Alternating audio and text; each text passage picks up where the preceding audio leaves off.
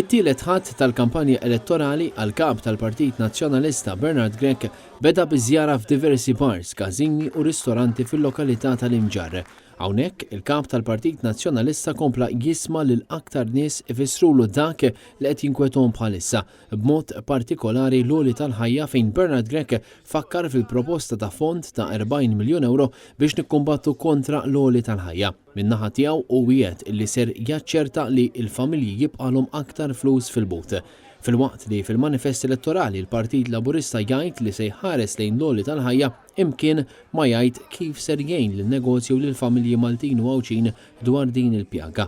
Min-naħa l-oħra, Bernard Grech spjega li l-fond ta' 40 miljun li qed jipproponi l-Partit Nazzjonalista se jmur dirett għand in-negozji biex bekk dawn ma jkollhomx għalfejn jollu l-prezzijiet tagħhom. Fl-Imġarr, Bernard Grech stqar ukoll li l-bdiewa, is-sajjieda u r-raħħala se jibqgħu parti integrali mill-politika tal-Partit Nazzjonalista. Matul din iż-żjara Bernard Grech kien akkumpanjat minn Anne Marie Grech u diversi kandidati tal-Partit Nazzjonalista.